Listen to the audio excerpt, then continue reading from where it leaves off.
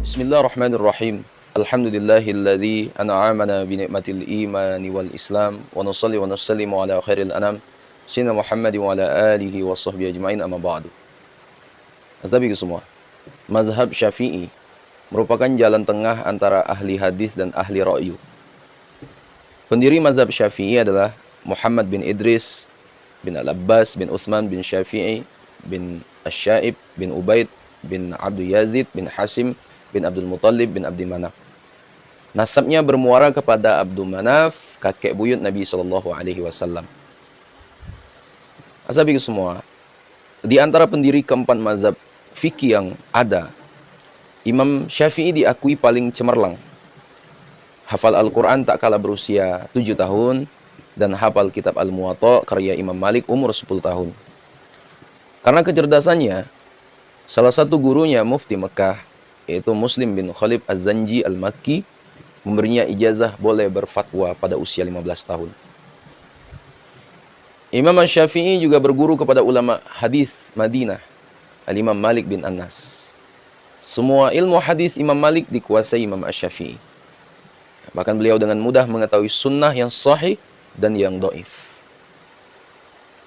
Sabiku semua, para ulama mengakui Imam Syafi'i di zamannya sebagai orang yang paling paham kitab Allah dan sunnah Rasulullah SAW, serta sangat peduli terhadap setiap hadis. Selain itu dikenal paling menguasai ilmu usul fikih, mursal, mausul, serta perbedaan antara lafaz umum dan khusus. Ya. Asabiku semua, ucapan Imam Syafi'i yang masyhur, yaitu jika sahih sebuah hadis, itulah mazhabku. Menurut para ulama, ucapan ini maksudnya bukan untuk sembarang orang, tetapi hanya untuk para ahli hadis dan ahli fikih. Hal ini ditegaskan oleh Imam Al-Hafiz Ibn Salah, bahwa tidak semua faqih boleh mengamalkan hadis yang dinilainya bisa dijadikan hujjah. Ya, jelaskan oleh Imam An-Nawawi dalam Majmu' Syara' Al-Muhazzab, halaman 105. Artinya tidak semua hadis, walau sahih sanadnya, bisa diamalkan untuk membangun sebuah hukum dan sebuah hukum halal dan haram. Sebab mengamalkan hadis tanpa didahului kajian yang mendalam tentang status sanad dan isi matanya, seringkali menyesatkan pelakunya. Ya, ini ditegaskan oleh ahli hadis, Imam Sufyan bin Uyainah, yang juga guru Imam Asy-Syafi'i, bahwa hadis itu menyesatkan kecuali bagi para ahli fikih. Dalam makna qaul al-Imam Al-Mutallibi, halaman 139. Para ahli hadis sangat berterima kasih kepada Imam Asy-Syafi'i karena telah menyusun sebuah kitab istimewa yang berjudul Risalah. Kitab ini berisi kaidah-kaidah usul fiqh yang memudahkan para ulama memahami makna Al-Quran dan Sunnah. Ya. Hujjahnya ijma' serta nasikh dan mansukh dari Al-Quran dan hadis. Ya. Tertera dalam Tarikh Baghdad halaman 64-65. Nah, Imam Ahmad bin Hanbal berkata bahwa jika bukan karena Imam Asy-Syafi'i, para ahli hadis tidak akan mengetahui fikih hadis. Dalam muqaddimah kitab Ar-Risalah. Nah, sabiku semua, gabungan dua madrasah. Di antara keistimewaan Imam Syafi'i, yaitu menguasai dua madrasah. Pertama, madrasah ahli hadis yang ia pelajari dari Imam Malik, dan madrasah ahli ar-ra'yu yang ia dapatkan dari Al-Imam Muhammad bin Al-Hasan Asy-Syaibani, murid Imam Hanafi. Ya. Al-Imam Syafi'i mampu menggabungkan kedua madrasah ini tersebut sehingga mazhabnya sangat kokoh. Ya. Nah, sabiku semua, pada tahun 195 Hijriah, Imam Asy-Syafi'i pergi ke Baghdad, tempat pengikut mazhab Imam Hanafi. Sehingga banyak ulama yang berputar haluan dari mazhab ahli ra'yu menuju mazhab Imam Asy-Syafi'i. Imam Abu Thawr, seorang fuqaha Baghdad yang ahli ra'yu, pernah ditanya tentang Imam Asy-Syafi'i. Ia menjawab bahwa Imam Asy-Syafi'i lebih faqih dari Al-Imam Muhammad bin Hasan dan Al-Imam Abu Yusuf, murid Imam Abu Hanifah. Juga lebih faqih dari Imam Abu Hanifah dan Hammad, serta lebih faqih dari Al-Imam Ibrahim Al-Qamah dan Imam Al-Aswad. Nah, itu dalam kitab Mukhtasar Tarikh Dimashqi. Sampai ke semua. Demikian juga ketika Imam Asy-Syafi'i ke Mesir, di mana di situ banyak pengikut mazhab Maliki. Apa? Menyebabkan banyak orang pindah ke mazhab Syafi'i. Sampai-sampai seorang ulama Maliki itu mendoakan agar Imam Asy-Syafi'i cepat meninggal. Sebab jika tetap hidup, mazhab Maliki akan punah di wilayah tersebut. Dalam kitab Tawalli Ta'sis halaman 147. Ya. Meski pernah berguru kepada Imam Malik, namun beliau berbeda dengan gurunya yang mengutamakan amal ahli Madinah daripada hadis ahad.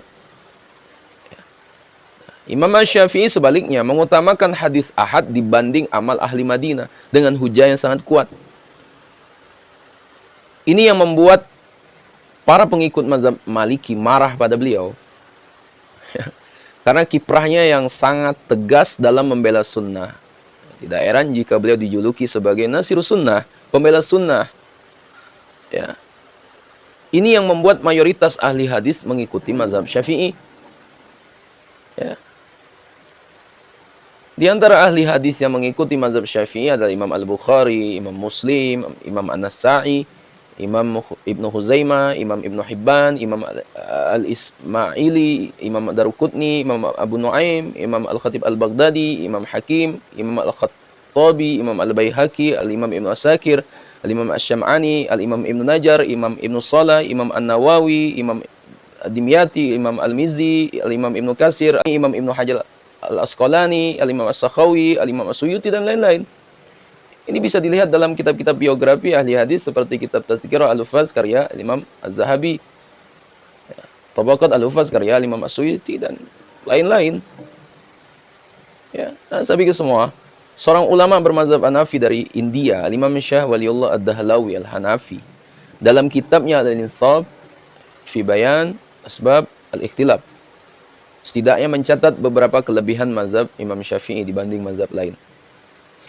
Menurutnya, mazhab Syafi'i memiliki sumber daya manusia yang luar biasa. Ia paling banyak melahirkan mujtahid mutlak dan mujtahid mazhab.